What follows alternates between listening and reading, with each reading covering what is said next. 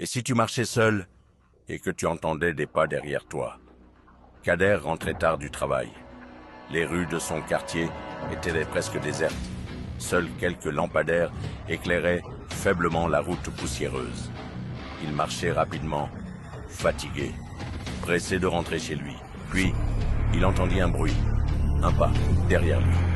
Il s'arrêta. Le bruit s'arrêta aussi. Kader fronça les sourcils.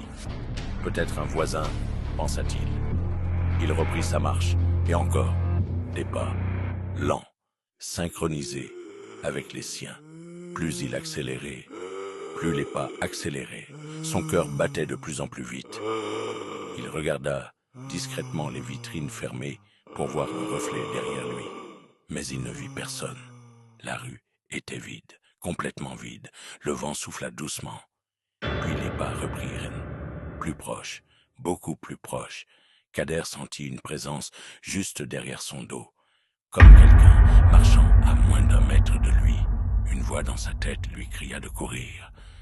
Mais quelque chose l'empêchait de se retourner. Alors il continua d'avancer, respiration lourde, mains tremblantes. Les pas étaient maintenant parfaitement calés sur les siens. Gauche, droite, droite. Puis soudain, quelqu'un murmura derrière lui. « Pourquoi tu ne regardes pas ?» Kader se retourna brutalement. Personne, seulement la rue vide, silencieuse, terrifié. Il se mit à courir jusqu'à sa maison. Il claqua la porte derrière lui, respira profondément.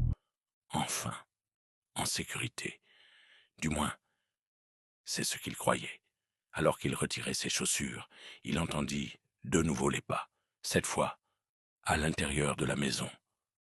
Lent, approchant derrière lui. Kader comprit trop tard.